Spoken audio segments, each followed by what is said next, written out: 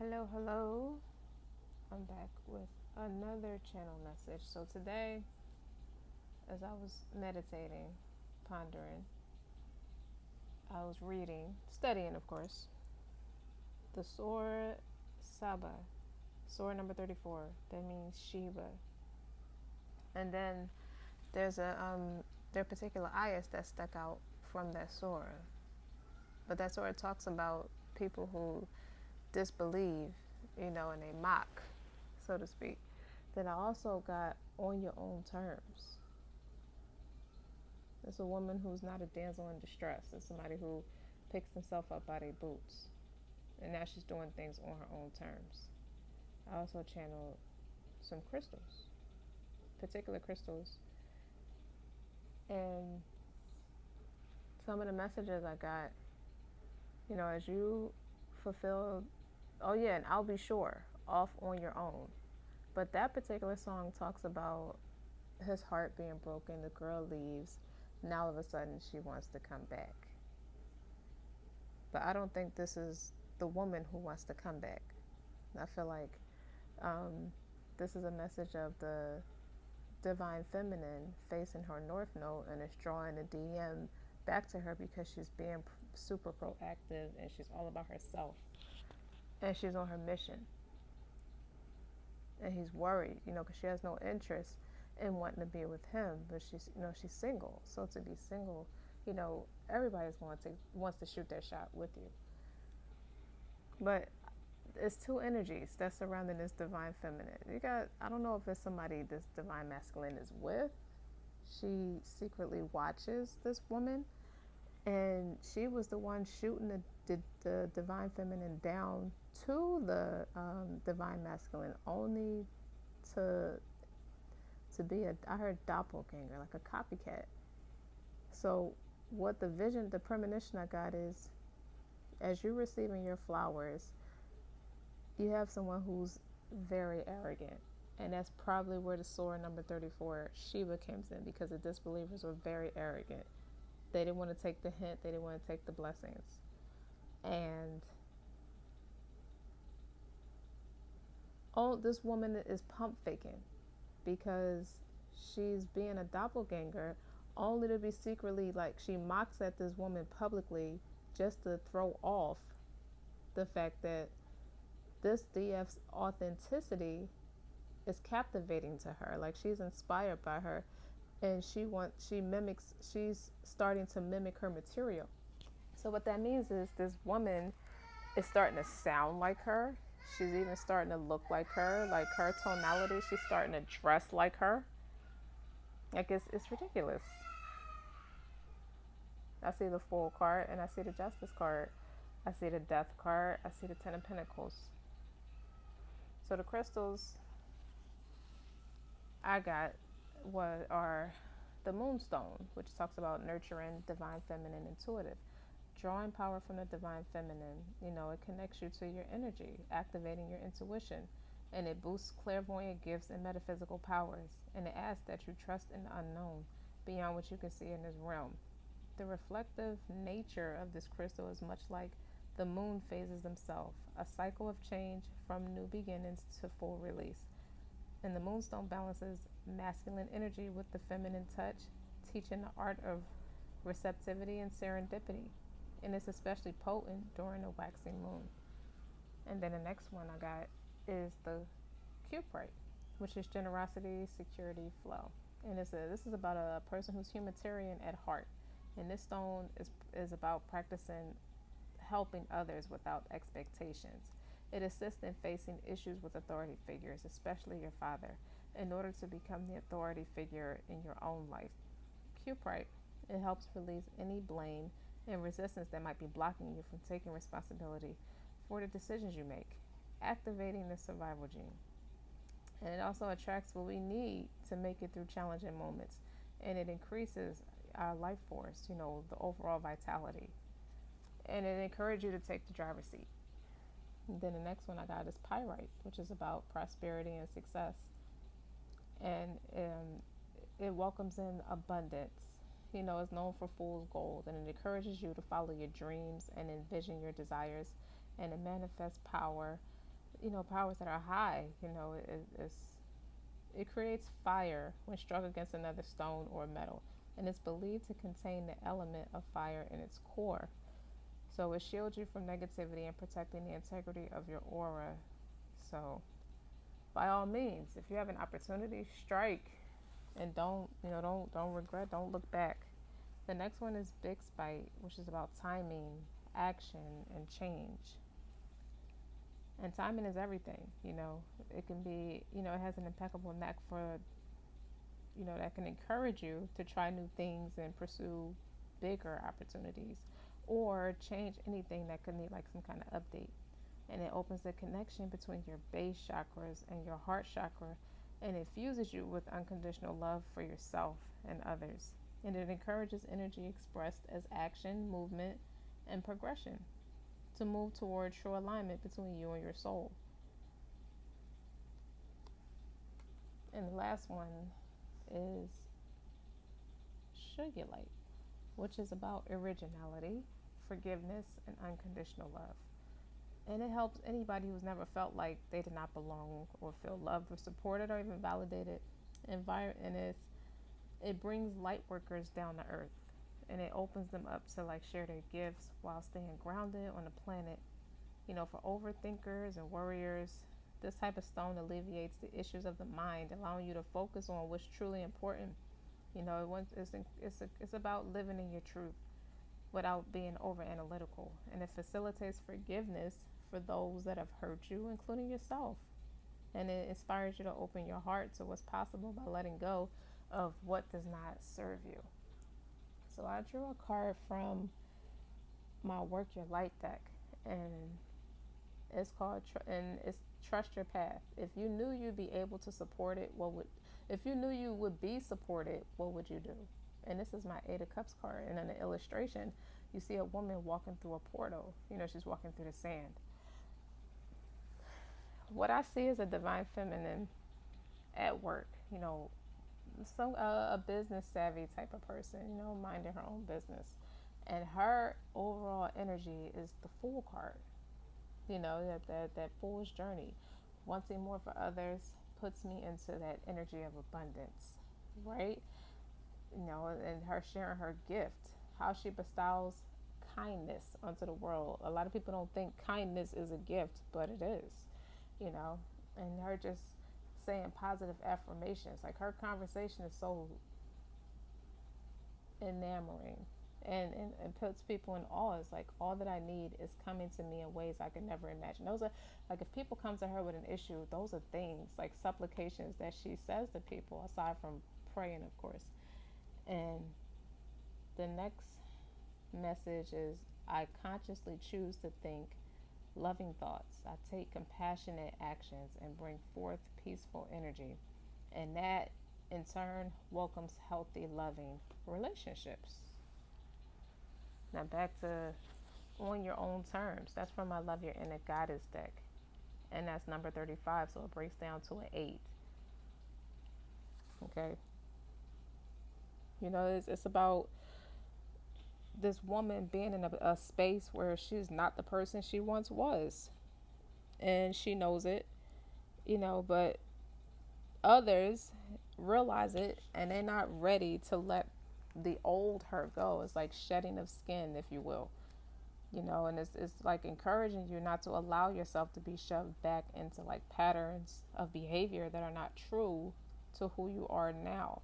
It's hard, especially highlighting the fact that you work hard. You come with a lot of strong work ethic, and talent means nothing without the work ethic to become your new self. So for her, this DF, Divine Feminine, she's more real than the older version of herself, the old replica of herself. Even if she's less familiar to others, even if it's strange to her at this stage, it changes things for her. That energy is like real heightened. I felt pressure, like the ascension symptoms, and my whole body felt pressure, like it's like a heightened nerve sensation, as a ascension symptom. So to me, it's like the spirituality side of that is like Even though people put their input, when it comes, people like to offer their opinions. But when you get down to it, you make your own decisions. You have to live with the choices that you make. And the choices that you make, you have to meet those expectations. And you don't fundamentally need to honor, you don't have to take the opinions of others. You can listen, but, you don't owe anybody anything. You make the best choices for you that honors your feelings and what aligns with your soul. And you shouldn't have to apologize or feel guilty or selfish for choosing a lifestyle that is non-conformant and unconventional. And it gives that Uranus energy. It's a lot of rebellious energy. Out of habit, a lot of us are trained to listen, to do as we're told. And it takes time to just like kill off those old habits and that outdated way of thinking. When you stand your ground and reinforce this type of behavior, those around you, it commands respect. And those around you, they start to realize, it's like, I may be a little reticent to who you are now, but I get it. You choose how you want to feel, how you want to live, and who you want to be, So you have to trust your own empowerment, especially female empowerment or divine feminine empowerment, because that can very easily be a guy as well. So what's dope about this person, right? This person is somebody who has control of senses, right? And I picked this card from my yogic deck, and it's about letting go of distractions, and everything has upgraded. It's like the more you let go of what is a distraction for you, the more you upgrade, and you realize even food, stimulants, and people, they keep you anchored to the tangible world. It kind of minimizes spiritual growth, just like society minimizes feminine energy. That daily, like being on social media, for example, like eating too much chocolate, drinking too much coffee. I'm guilty of drinking too much coffee, or just need to buy things just because you have money to do so. That's a part of that part of you is like, it doesn't even exist anymore. And it's a time to go deeper. You're not attached to anything tangible, even those that are like less obvious, that would seem like a normal part of a person's daily routine. You meditate a lot more and you practice a lot of yoga positions.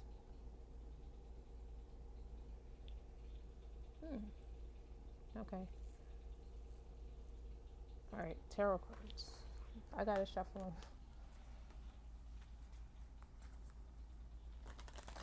them on your own terms. And one thing this divine masculine realizes now, as he observes the divine feminine, he's starting to see her as a blessing in disguise. Because he's starting to realize, wait a minute, if I'm why he's starting to realize why he's even captivated with her in the first place. And it speaks to his soul, his spirit, and it starts to speak to him spiritually, and telepathically, and then he starts to want her advice once he realized the illusions that were placed on him. He started to realize, I'm around a lot of silent enemies. Somebody been lying to me. This is not a healthy relationship or relationships that I'm in. All these people have been giving me dumb advice. I feel like a lot of manipulation behind the scenes are very prominent when it comes to his divine masculine.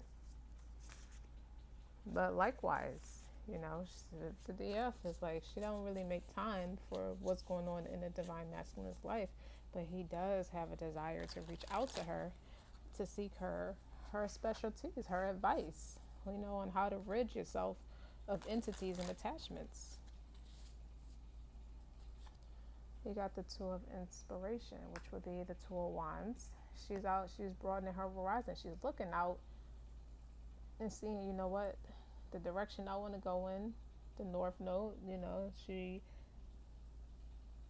like I said many times, she walks by faith and not by sight. And then you got the Eight of Cups. And I said that the Trust Your Path card reminds me of the Eight of Cups. Just like The Two of Wands is somewhat like, I can stay here, I can stay stagnant, I can wait for people to want to show up for me and show their loyalty, or I can decide to save myself and go about this on my own. This part of the journey is meant for her to walk alone, and she has so many strong habits. It's like been made really easy for her because she's supported. The third card is the Death card, so that's a rebirth for her. I feel like she strengthened up, like she became like really no nonsense, and shedding that old layer of skin, that old way of thinking, old way of doing, old way of feeling, and it's a huge transformation for her. Of course, it's never easy. It doesn't feel natural, but you do it. You get through it, and I think she's seeing the results for it now. And I feel like she's focused on her business, focused on the product she wants to offer to people. I feel like she's very conscious of the economy. She's somebody who studies business a lot. And she is a person who networks with other entrepreneurs, and she's all about marketing her brand. So I feel like that's where her primary focus would be. This Divine Feminine journals a lot. I feel like she's a book writer too. And I feel like she's a producer, and I feel like she does a lot with in regards to creative content.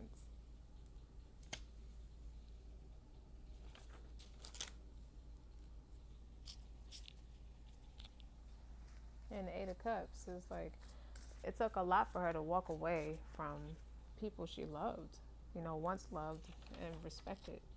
Not that she disrespects them now, but it's just the principle that they don't serve her highest good. They're not going where she's going, and she cannot take them with her, so to speak.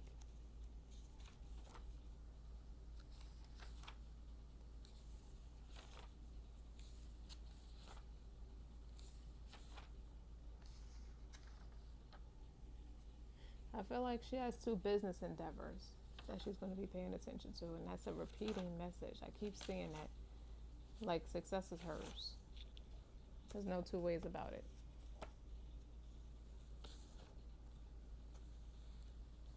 I feel like she's in the energy of that soul growth, that ninth house energy.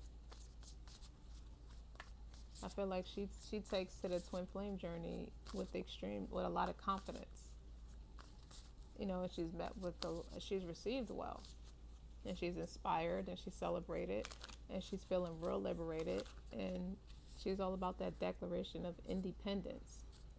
Her talents are like, she comes with a lot of healing energy. She specializes in emotional trauma, mental trauma, and she has great business savvy. And I feel like she inspired her DM to want to heal his emotional traumas, and she wants to teach him how to heal,